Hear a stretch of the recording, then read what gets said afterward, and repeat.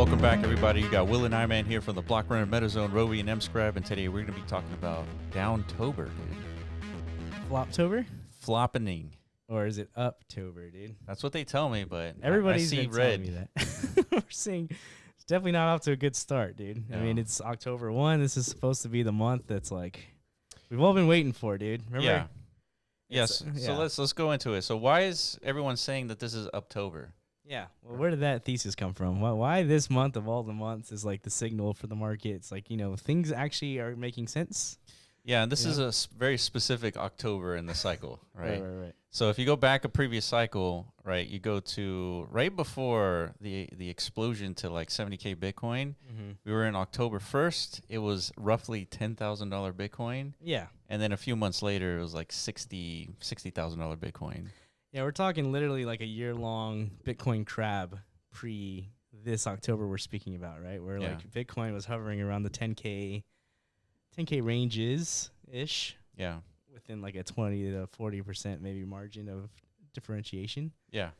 Like for a year, dude. So it was quite like, painful of a wait, because that's what everyone does, right? In that year, right, you go back 12 months, you experience COVID.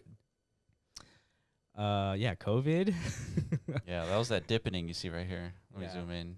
Yeah, this was a rough time of our existence, right? Yeah. So there was a lot of uncertainty, whatever, right? A lot of questions like what's going to bring us out of this muck. I would argue that uncertainty was much scarier than what things are happening right now, like from a macro scale. Yeah, we're about to introduce you to some new scary events. New scary things, yeah. Yeah, but there are some similarities between what happened then and what's happening now, right? Now we got back then, money printer started going burr. That's true, yeah. And we're hearing the Chinese economy, they've figured out how to also turn on the printers. Turn on the printers, and they're in full printer mode. So it's I guess only up from here, right? Right.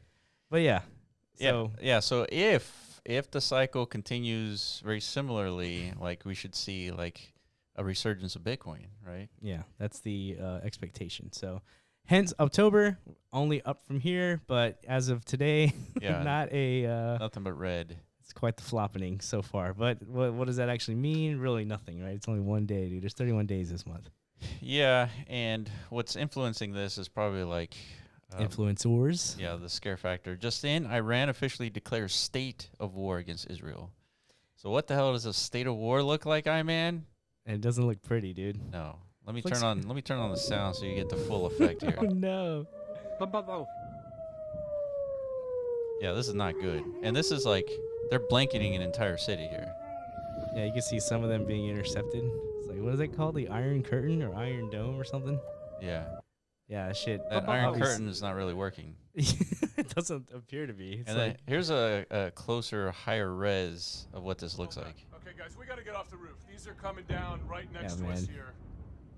Yeah, that's scary, dude. That's the logical guy in the room. They're coming down. One just about. This is eerily reminiscent to whenever we were watching those early COVID videos. Yeah, remember? Yeah, they were spraying down the entire city. They were white suits and everything, with flamethrowers. Yeah. And shit. And we were watching videos just like we're doing right now. Yeah, it was December, November time frame. Something like that. Yeah, we were okay, this is not good, dude. I've never seen anything like this. If this is real, then if this spreads beyond the borders of China, we got a real issue here, right? Yeah. And then it actually did, and and it took months and months before it was all right, we're shutting down all of the United States. Yeah, so I wonder if this is potentially another black swan scenario, because these are Iranian missiles, by the way. Yeah, it's not the typical AKA U.S. AKA U.S. has dire involvements within this scenario, right? So I don't know. We'll see what happens. Hopefully this isn't like COVID, black swanish type activities where, the world kind of catapults into a pit of doom for several months. But let me go back. A black swan event is a dippening, right? Yeah. So, So what happens when it dips this way? Yeah. You swoop in. You deploy capital, dude. I understand that, but I'm speaking more on a humanities level. I get it. You go straight to capitalism mode, dude. It's that's the opportunity of a lifetime, dude. Which you're not wrong. Yeah. I remember those days where it was like, I know it was absolutely scary. You just don't like look at the charts and see an opportunity when it's like everything around you is collapsing. you got Bill Ackman on CNBC crying and shit. It's like, it's actually all over, guys. And he's like scooping. Yeah. He's like buying the dip as he's crying. Yeah. So yeah, I don't know. That's so far it's Floptober, dude, because maybe we're witnessing the beginning of a new black swan, but hopefully not. Hopefully this is just like it ends here, but I don't think it will. We'll see. Well, speaking of black swan, dude, Mark Jeffrey comes in. It's like Fractal, backed by Unisat and Binance, launched and promptly took a massive beating. And man, this is Fractal Bitcoin. So we talked about him a few weeks ago. There was quite the hypening as per usual. I mean, up to this. What did you expect? 50% was pre-mined. 50% was essentially sent to Binance. Yeah. What is Binance supposed to do? Like hold the token? Well, Binance isn't the one selling, right? Because the pre-mine tokens have like 7-month, 12-month vesting, right? So yeah, this is purely like what's being mined by the miners. Yeah. What do they expect? We said this was going to happen. Yeah. This is a new subsidy for them to liquidate in order for them to sustain their operations, which right now, because Bitcoin isn't like booming, right? It's not Uptober, unfortunately, for these miners. So they're hurting. Yeah. Right? Yeah. So yeah, they're not holding on to your bags, guys. So this was very predictable. But yeah, what happened here with the Pizzaswap? Not so much. Yeah. So what was the date on this? September 30th, so a few days ago. Pizzaswap live. We're pleased to announce that Pizzaswap is officially live on Fractal. Yeah. So this is like the big BRC20s, like, showcase of how do you implement extended functionality for the BRC20 asset class. Yeah. Unisat's been talking about this for a long time, right? Yeah. With the whole modularity system that they were supposed to implement on layer 1, but through whatever rifting that occurred, probably between the layer 1 foundation and best in slots, whatever, right? Mm-hmm. Just didn't pan out that way. So it was like, let's port this experience over to Fractal. And people, I guess, it didn't work out. I don't know. We didn't get firsthand experience at this, but we were hearing like grapevine reports. Yeah. It wasn't the most riveting of a deployment, right? Yeah, and Jake comes in and is like, can anybody explain why pizza's not on day one listing on Pizzaswap? Yeah. That makes no sense, dude. Yeah, they supported other tokens like Glizzy and like things that were like minting, I guess, on Fractal. But this pizza token was like the big... This is like their dog, right? This is their like big token. You would expect it to have like day one. Yeah. You're onboarding. Support. You're onboarding your whole community who you spent millions of dollars like distributing this asset to. Yeah, that's a weird decision. Yeah, so maybe it's for many different reasons. Maybe like they really cherish this token. Like maybe they thought there was going to be issues. Oh, maybe so. So it's like, let's not expose maybe so. like the whole community to this like basically like very flimsy tool, right? Sure. Let's allow like these new class of degens to kind of like be the guineas. Sure. I could see that as like an internal like thought process, like a beta test. Yeah. So what do they do in response to this? It's like apparently OKX is kind of like. So we're just looking at some like responses. So someone seeing an opportunity, the offers came, and I bought some pizza because it's down 8%. Yeah, because people are dumping, right? It's like, hey, you're not going to support this token, it looks like. But of course, these are just short-term market responses to events, Yeah, like this one, Unisat team said that they will focus on BRC20 and let others build CAT20. Great decision. Stick to the one thing and deliver it. Too many teams pivoting to the next prematurely. Yeah, we saw that. Remember with CAT? Mm-hmm. So the new shiny object, right? Yeah, exactly. OKX wallet having issues with indexing. Will be upgrading to Fractal Bitcoin BRC20 indexer to recognize Pizzaswap module transactions. Pizzaswap will temporarily suspend withdrawals to ensure asset security during the upgrade. Our Fractal marketplace will not be affected. Yeah, man. So people are upset, right? I mean, so we understand how difficult it is to develop like new software tools and such, and it's a pain in the ass sometimes, right? Yeah, things can break, things go wrong, right? We've experienced like us developing things, deploying them, and then things not going right, and then like a community response is always very like vitriolic and like, man, it's always anger, right? Yeah, pitchforks and torches. That's right. Yeah, whenever you launch something, the reality and the mechanics of like so many people interacting with that application, like it adds new situations that you can't really account for when you're testing. And so these things are going to happen, but I would expect that these guys would be doing, you know, a much better job than getting the indexer wrong and things like that. Well, like you said, they're a different tier. Yeah. Than like us, our little small team, right? Yeah. We're talking like OKX, an established entity within the space with probably hundreds of employees, and you know, that's why I think there's a little bit more of like a, I don't know, like legitimacy, I guess, behind these. I agree. These expectations. I right? agree. All right, so yeah, here we are. Unisat Explorer now supports Cat20. And so Unisat Explorer now recognizes Cat20, added Cat20 24-hour transaction count, active addresses. You can easily access the Explorer directly on Unisat.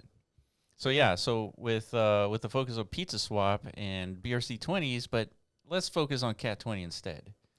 Yeah, I mean, I think that's a fair backup plan, I guess. Why not? Like, it's something native to Fractal. And it's got people excited, right? It's like this is the actual, like, I guess, potential killer product of this whole chain. Yeah, right? yeah. It probably makes more sense, like, from their business direction to kind of, like, focus in on that or hone in on that because, I don't know, maybe they, like, whiffed an opportunity to be, like, the BRC20 saving grace. Like, even though they contributed so much early days to that, like, from a market support standpoint. Yeah. Clearly, there's some issues between like the protocol development team, like with Domo and the initiator. Yeah, all those guys and Unisat, because in the early days they were like a force, right? Now they've bifurcated. Some are supporting runes. Domo's out there and like kind of looks like he's got his VC hat on, like an advisor positioning and like a bunch of different projects. Right.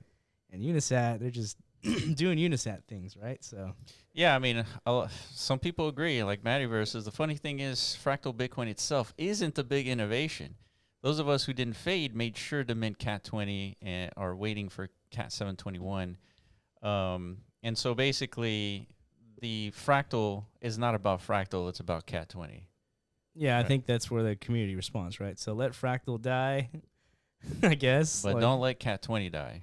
Yeah, so that introduces a whole new can of worms, right? So for one, the can of worms is this is a whole new protocol that needs a whole lot of new infrastructure, right? And if you studied the history of protocol rollouts, this is many months of development that you're going to be waiting for, right? Yeah. So like the Fractal ecosystem has that to account for, right? So what's going to be happening in these like many months of like waiting around for new developers to come in and like provide this infrastructure? Right. Oh, well, there's other protocols. Yeah. Way further ahead. Yeah.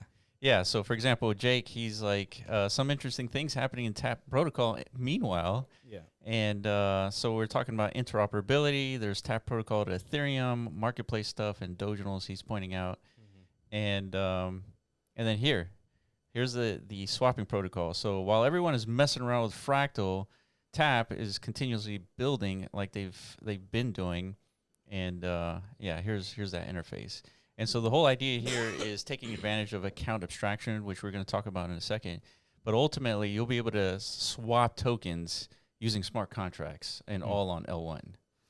Yeah, exactly. So again, this is I mean, it's right to call these things like competitive forces, right? Ecosystems, They're competing for sure against one another, right? Because at the end of the day, what everyone's trying to do is provide, developer tools for people like us who want to build cool shit. Yeah. Right. So it's like, are we going to sit around and wait for the cat ecosystem to figure out, what is the right infrastructure support for developers, right? Or are we going to like onboard into something that's much more like already like in a completed state, right? Yeah.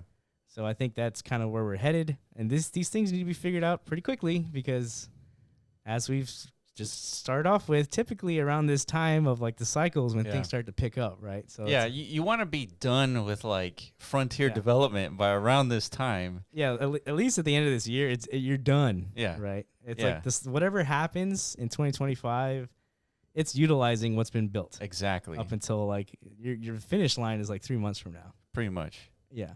Like, so for all you devs out there, that's the call to action. You got about 3 months on your roadmap. Yeah, good luck, dude. And I think Tap knows that, right? If you go back to their roadmap, go back.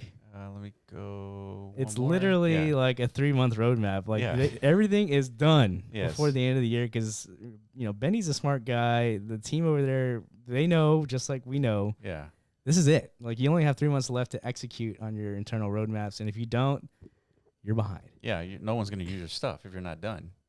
Correct. So right now, if you appreciate a developer's perspective at all, which we provide, this is like the most completed front-end user-friendly experience, like on the way, on the horizon for the Bitcoin ecosystem as of right now, right?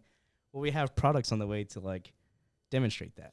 Right? Yeah, and so the question is, I'm starting to hear about account abstractions. Like, what's the big deal? Yeah, what is the big deal? So Andre Cronje, if you don't know who he is, he's like the godfather of DeFi on Ethereum. Mm-hmm. And he's developing this thing called Sonic, which, by the way, is account abstraction on Ethereum. Mm. And so users don't need a wallet to get started. No gas needed with fee subsidies. Users don't need S to get started.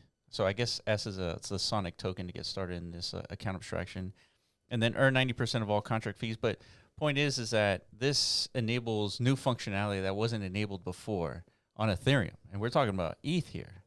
Yeah, it's more like the user experience unlock. Like Ethereum is a very non-user friendly ecosystem, just like all of Web3 is. So to get to the next tranche of like actual like consumer friendly applications that are built on Web3, you've got to leverage this account abstraction methodology. Yeah. Right. Which as of right now, the only one developing in the Bitcoin ecosystem that's aligned with this is Benny. That's right. Right. Yeah, so here's a tweet by Andre Cronje. So if you have a DApp idea but no clue how to make it profitable, earn 90% of all contract fees with fee monetization. So, I mean, this is a big deal, and Andre Cronje working on this means something. Yeah, you have to go back to like 4 year ago videos when we were first covering the DeFi space. So if you don't know who he is, he developed Year in Finance. Mm-hmm. It's a $1 billion protocol. Well, he was a major contributor to a lot of like DeFi primitives on Ethereum, right? So he kind of like gained some fame out of that, right? Yeah. So and then he built Phantom. Yeah. And he kind of like, disappeared for a bit, but now he's back working on this idea, right? Account abstraction and a much more like user friendly, I think, development stack, right? Yeah. So this is good. This is really good. So we intend to leverage this as much as we can for sure. Yeah. So here's a tweet from 2 years ago by Arjun talking about account abstraction. So this has been a concept that's been in development for a while. Yeah. And it's finally getting traction. But like I said, Benny's already practically done with the account abstraction on Bitcoin. Yeah, we need to get him on this podcast quickly. Yeah. Like as soon as possible to really break this down, because I think this is something that's being severely overlooked. Like, to be honest. Well, Benny and Tap is always severely overlooked, but we're over here building on Tap, and it's going swimmingly. Well, yeah, I'm just saying though. Like, I think the market directions is being navigated to the wrong wrong direction. Yeah, people aren't really aware of like what is actually going to solve real issues, right? Yeah, I mean, take a look at this tweet. It says from Farmer Joe. He says, "Damn, just got off a call with Chad Devs, bullish for runes with chain abstracted L1 decks with stacks." And so Benny is using an ICP as their counterpart, right, for smart contracts as an execution layer. That's right. And so these guys are using stacks, and so now people are starting to get the hint. Like, this is the way to go. Yeah, absolutely. So I mean, that's good for runes. Whoever these Chad devs are, another protocol on Bitcoin. So there's developers who kind of picking up on this, and it's like, we need to leverage these execution environments to basically make these L1 assets much more functional, user friendly, yada yada yada. Right? Yeah. So how are we going to use account abstraction? Well, we're developing for the Metaverse, and we need a high throughput environment so that people can transact within that ecosystem.